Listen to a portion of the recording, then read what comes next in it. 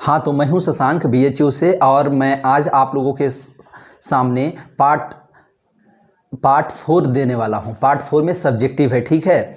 उसमें संपूर्ण क्रांति का सब्जेक्टिव मैं बताऊँगा अभी, ठीक है। और ऑब्जेक्टिव जो है पार्ट 3 में है, आप लोग आराम से देख लीजिएगा, बाद में मैं डिस्क्रिप्शन में उसका लिंक भी दे दूंगा। तो हम लोग चलते हैं प्रश्न की ओर, ठीक है बच्चों। हाँ, तो प्रथम प्रश्न है, आंदोलन के नेतृत्व के संबंध में जयप्रकाश नारायण के क्या विचार थे? आंदोलन का नेतृत्व वे किस शर्त पर स्वीकार करते हैं? ध्यान दीजिएगा अच्छे से एक बार। अगर आप लोग प्रश्न को अच्छे से समझ लेते हैं बच्चों, तो आपका आधा उत्तर तो वहीं से मिल जाता है। आपको मैं पहले भी बता चुका हूँ, इसलिए प्रश्न को अच्छे से आप समझ जाइए। आंदोलन के नेतृत्व के संबंध में जयप्रकाश नारायण के क्या विचार थे? आंदोलन का नेतृत्व वे किस शर्त पर स्वीकार करते थे? अब मैं उत्तर बताता हूं आपको। आंदोलन के नेतृत्व के संबंध में जयप्रकाश नारायण जी का यही विचार था कि नई पीढ़ियां ही देश की भविष्य है, ठीक है। अर्थात देश का भविष्य नई पीढ़ी के हाथ में है। सही बात है कि जो देश का भविष्य है बच्चों, नई पीढ़ी जो है, हमारे यहाँ जो यंग जनरेशन है, जिसको युवा बोलते हैं, युवा वर्ग के लोग ही इसको, नई पीढ़ी ही इसको सही कर सकते हैं। देश का नेतृत्व सही तरीके से युवा पीढ़ी ही कर सकते हैं, वही कर रहे हैं। वे नई पीढ़ियों से बार बार कहते थे कि जगह जगह पर आपको हम सलाह देंगे। साथ ही साथ वे कहते थे कि नई पीढ़ी के अंदर शक्ति है, जवानी है, आप नेता बनने योग्य हैं। हमारे साथ अनवरत हो रहे अन्यायों, भ्रष्टाचारों आदि को रोकना होगा, और इसके लिए हमें आगे आना होगा।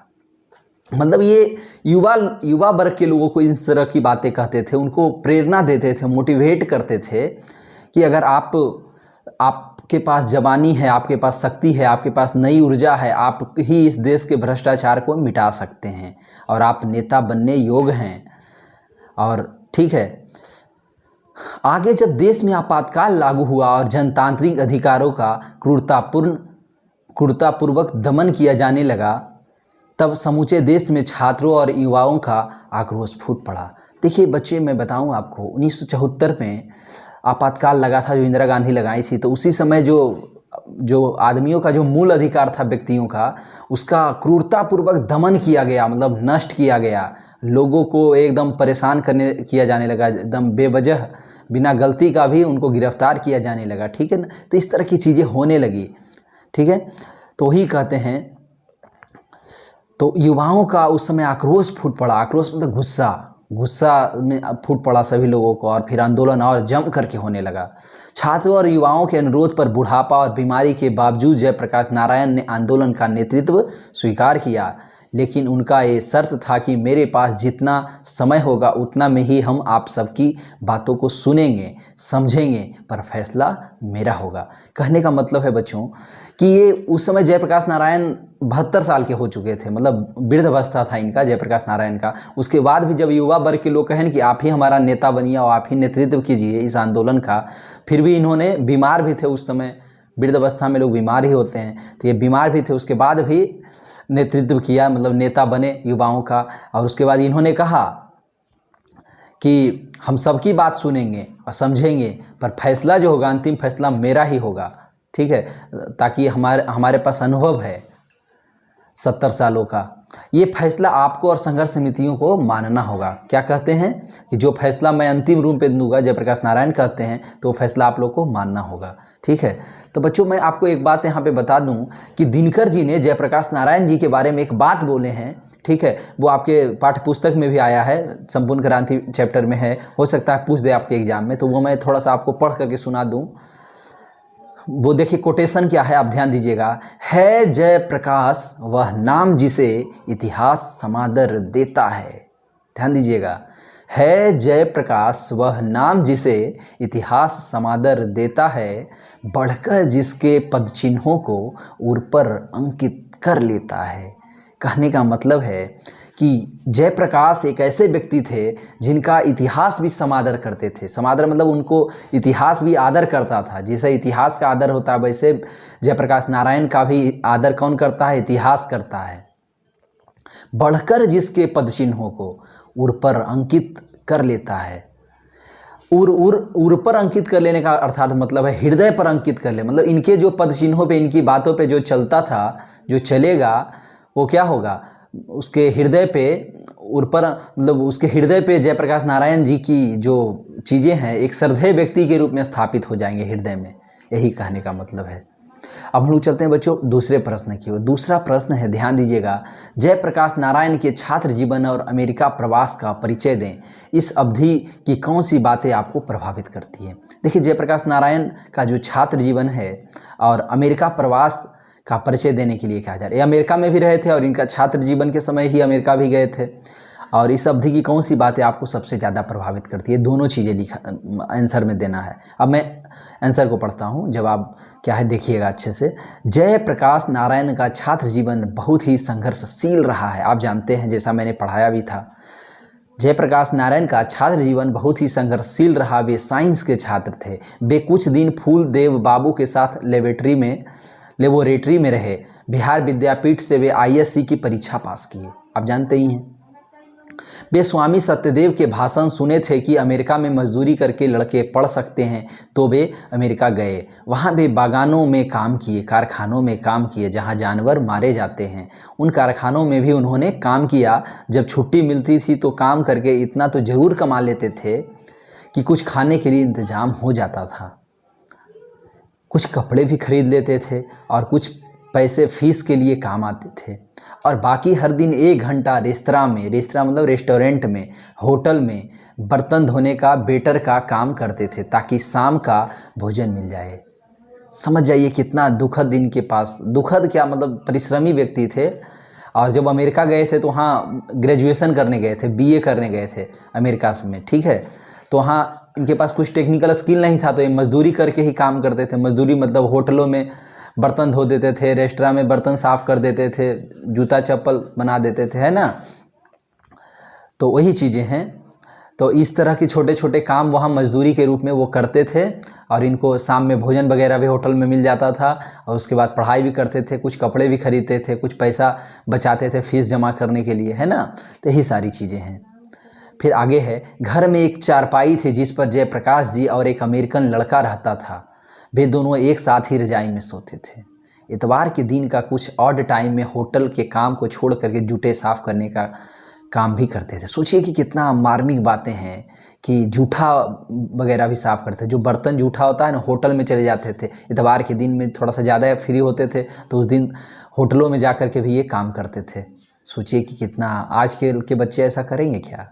नहीं न करते हैं। ये चीज़ें हैं। और सोचिए जयप्रकाश नारायण जी इतना किए अमेरिका में पढ़ने के लिए। इस प्रकार इतनी संघर्ष और गरीबी से वे वहाँ बीए पास किए। ये बात तो सही है कि मेहनत रंग लाती है। देखिए, ये बात सही है कि मेहनत रंग लाती है। इनका मेहनत रंग लाया तभी तो वो अमेरिका से बीए किए। और आज के बच्चे बीए तो बहुत करते ही नहीं, करते भी हैं तो अपने कॉलेज का नाम भी नहीं जानते हैं। आप भी अच्छे से जानते हैं इस बात को। स्कॉलरशिप मिलने के बाद वे डिपार्टमेंट का असिस्टेंट बन गए और फिर ट्यूटोरियल क्लास लेने लगे वहीं अमेरिका में ही। अब हम लोग चलते हैं बच्चों अगले प्रश्न की ओर। अगला प्रश्न है, आपको मैं पहले अगले प्रश्न को पहले अच्छे से समझा दूं। जयप्रकाश नारायण कम्युनिस्ट पार्टी में क्यों नहीं शामिल हुए? ध्यान से समझिएगा इस बात को। जयप्रकाश नारायण कम्युनिस्ट पार्टी में क्यों नहीं शामिल हुए? मतलब कम्युनिस्ट का ज्ञान इन्हें मिला था, विचार मिला था, कम्युनिस्ट विचारधारा इन्हें कहाँ मिला था? अमेरिका में मिला था। तो वही कहा गया कि फिर जब भारत आए तो कम्युनिस्ट पार्टी में क्यों नहीं मिले? तो इसका उत्तर है, ये तो बात सत्य है कि जयप्रकाश नारायण जी जब अमेरिका में थे तो वे घोर कम्युनिस्ट थे, अर्थात वे मार्क्सवादी थे, ठीक है। जब वे भारत लौटे तो भी घोर मार्क्सवादी थे। जब अमेरिका में थे तो मार्क्सवादी तो बन गए थे, जब भारत लौटे तो भी घोर मार्क्सवादी ही थे। किंतु वे कांग्रेस में दाखिल हुए। वे कम्युनिस्ट पार्टी में इसलिए शामिल नहीं हुए क्योंकि लेनिन द्वारा कही गई बात उनको अच्छी तरह याद थी। लेनिन ने यह बताया था कि जो देश गुलाम है वहाँ के कम्युनिस्ट को हरगिज़ वहाँ के आज़ादी की लड़ाई में अपने को अलग नहीं रखना चाहिए। लड़ाई का नेतृत्व भले ही पूंजीपतियों के हाथ में हो, फिर भी कम्युनिस्ट को अलग नहीं रहना चाहिए। इसलिए वे कम्युनिस्ट पार्टी में शामिल नहीं हुए, ठीक है। एक अच्छा प्रश्न, आप लोग इसको ध्यान में रखिएगा। अब हम लोग बच्चे आगे बढ़ते हैं। अगला प्रश्न है, पाठ के आधार पर प्रसंग स्पष्ट करें।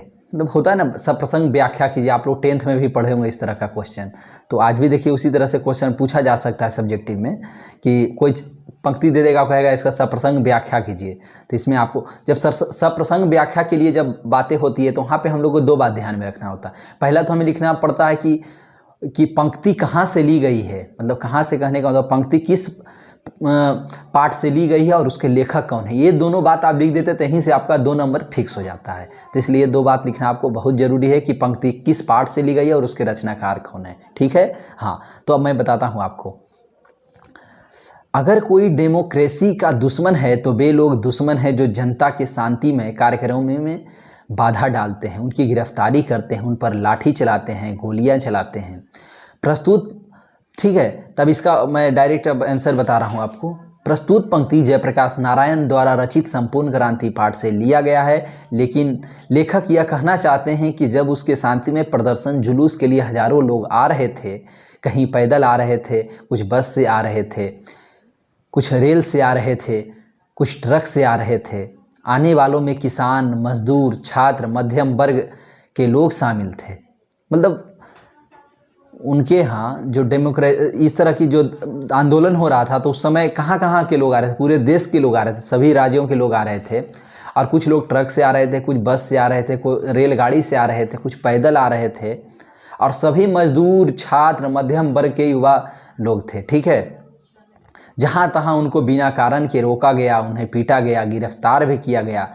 विरोधियों के उन हरकतों के कारण ऐसी नीचता का व्यवहार दिखाने वालों के लिए पंक्ति लेखक द्वारा कही गई है।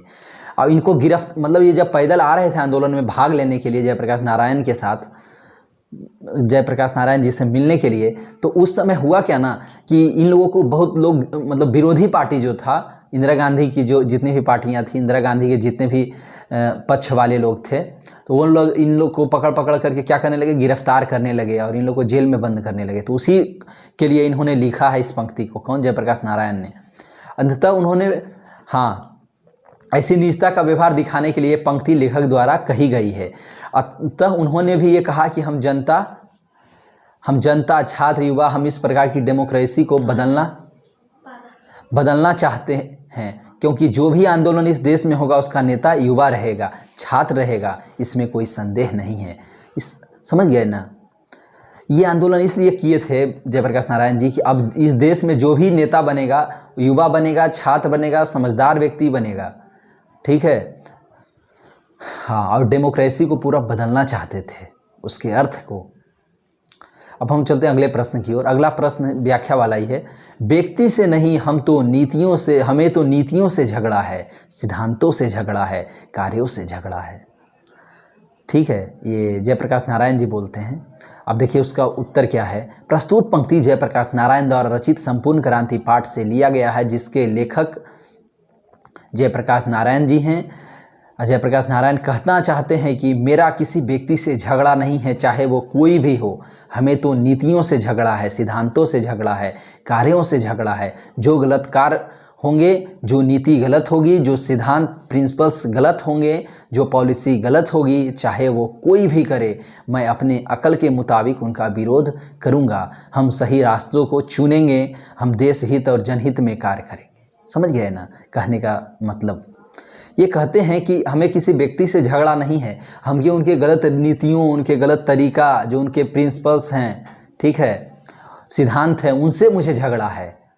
और इस तरह के व्यक्ति जो भी इस तरह का कार्य करेंगे, मैं उन गलत नीतियों का विरोध मैं जरूर करूँगा, वो चाहे कोई भी हो।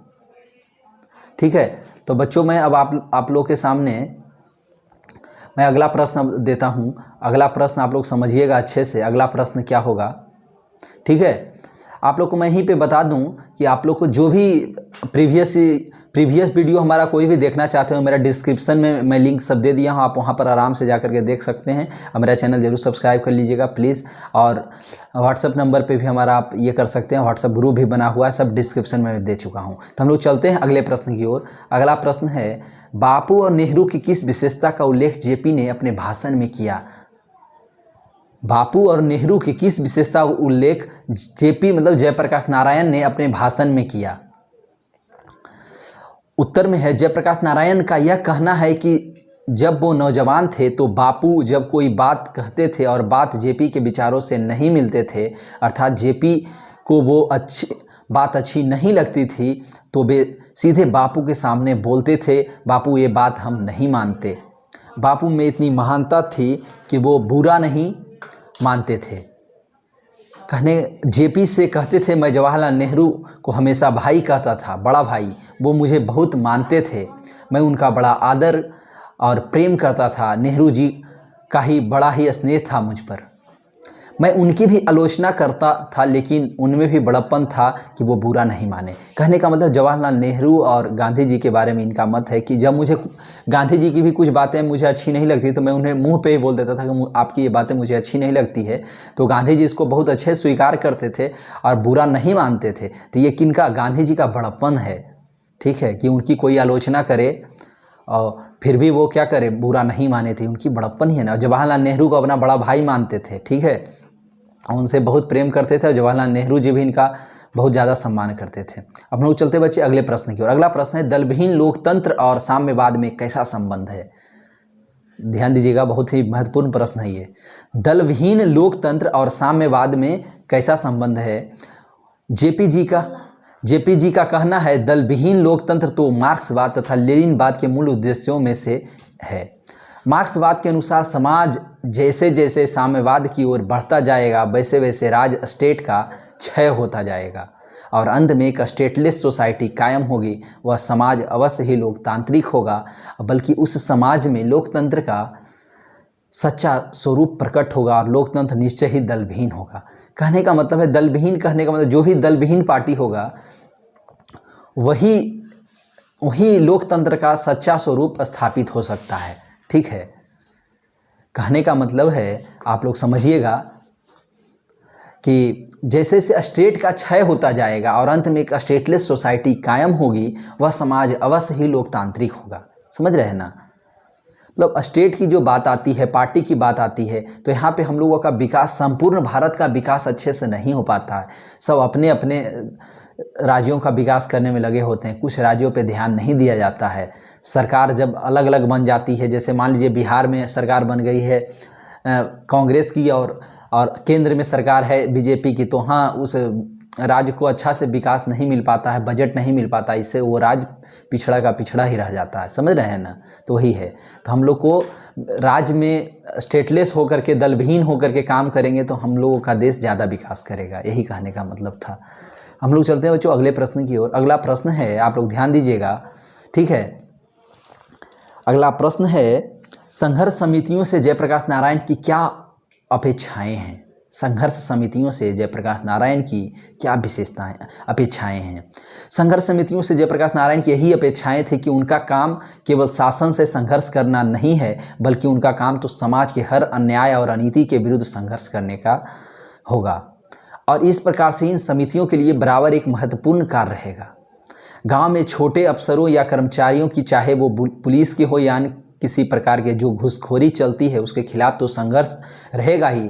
अर्थात गांव में तरह तरह के अन्याय होते हैं तो ये समितियां उनका विरोध करेगी। कहने का मतलब संघर्ष समितियों से प्रकाश नारायण की अपेक्षा थी कि जो संघर्ष समिति है वो जनता की सभी सुख दुख का देखभाल करेगी, अगर है ना, और सभी तरह के अन्याय अनीति के विरुद्ध संघर्ष करेगी, ठीक है, जो संघर्ष समिति है। और इस तरह से, और जो भी घूसखोरी का जो मामला है ये, उसके लिए भी क्या करेगी, ध्यान देगी घूसखोरी वगैरह पे भी। कि देखते हैं आम जनता का काम कुछ भी बिना पैसा दिए नहीं चलता है, बिना रिश्वत दिए नहीं चलता है। तो इन सब चीज़ों पे ध्यान देना है, ठीक है। संघर्ष समितियों के जयप्रकाश नारायण अपेक्षा मतलब कहते थे उन लोगों को, संघर्ष समितियों के बारे में उनकी ये राय थी। चुनाव सुधार के बारे में जयप्रकाश जी के प्रमुख सुझाव क्या हैं। ध्यान दीजिएगा, चुनाव सुधार के बारे में जयप्रकाश जी के प्रमुख सुझाव क्या हैं।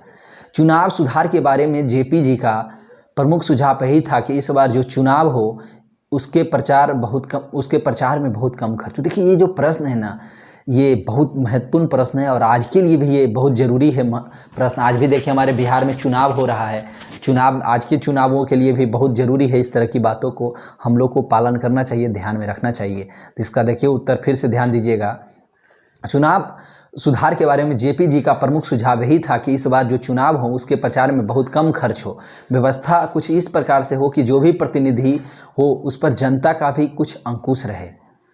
ठीक है, उनका यह भी सुझाव था कि जब विधानसभा का अगला चुनाव हो तो हमारी छात्र संघर्ष तथा जन संघर्ष समितियां मिल करके आम राय से अपना उम्मीदवार खड़ा करें। कहने का मतलब है कि जो भी अब चुनाव हो, अगला जो विधानसभा चुनाव हो, तो उस समय हमारे जो संघर्ष समिति हैं, हमारे युवा वर्ग के लोग हैं, वो भी अपने सब राय लेकर के कुछ युवाओं को नेता के रूप में, युवा नेता के रूप में प्रतिनिधित्व करवावें। अर्थात जो उम्मीदवार खड़े किए जाए उनमें से किसी एक को मान करे जनता और छात्र की संघर्ष समितियां उम्मीदवार के चयन में अपने महत्वपूर्ण रोल अदा करेगी। जो भी उम्मीदवार जीतेगा उसके भावी कार्यक्रमों पर कड़ी निगरानी रखने का काम ये संघर्ष समितियां करेगी। ठीक है बच्चे, अब हम लोग चलते हैं अगले प्रश्न की ओर। दिनकर जी का निधन कहाँ और किन परिस्थितियों में हुआ था? ठीक है, बहुत अच्छा प्रश्न है, आप लोग ध्यान दीजिएगा। एक दिनकर जी इनका मित्र थे। किनका मित्र थे? जयप्रकाश नारायण जी का, और राम वृक्ष बेनीपुरी भी इन्हीं का मित्र थे। तो देखिएगा दिनकर जी का निधन कहाँ और किन परिस्थितियों में हुआ था। उत्तर है, एक दिन जयप्रकाश नारायण जी मद्रास में अपने मित्र ईश्वर अय्यर के साथ रुके। वहाँ दिनकर जी गंगा बाबू मिलने आए थे, जैसा मैंने बताया था पार्ट 2 में जब चैप्टर डिटेल पढ़ा रहा था। तो वहाँ दिनकर जी बहुत ही प्रसन्न दिखे। एक दिन अचानक रात को दिल का दौरा पड़ा। 3 मिनट में उनको विलिंगडन नर्सिंग होम अस्पताल पहुँचाया गया। रामनाथ जी गोयनका के द्वारा उनको अस्पताल पहुंचाया गया और उनका निधन उसी अस्पताल में हो गया। ठीक है, तो अब हमारा प्रश्न उत्तरी समाप्त होता है। आप लोग बच्चों ध्यान दीजिएगा कि हमारा चैनल जरूर सब्सक्राइब कीजिएगा और शेयर कीजिए अपने सभी मित्रों को। मैं बहुत मेहनत से आपके लिए वीडियो बना रहा हूं। ठीक है, और मेरा डिस्क्रिप्शन में लिंक जरूर देख लीजिएगा, सारा प्रीवियस वीडियो मैं वहाँ डाल दिया हूँ। कुछ परेशानी हो तो व्हाट्सएप पर मुझे कॉन्टेक्ट आप कर सकते हैं। ओके, धन्यवाद।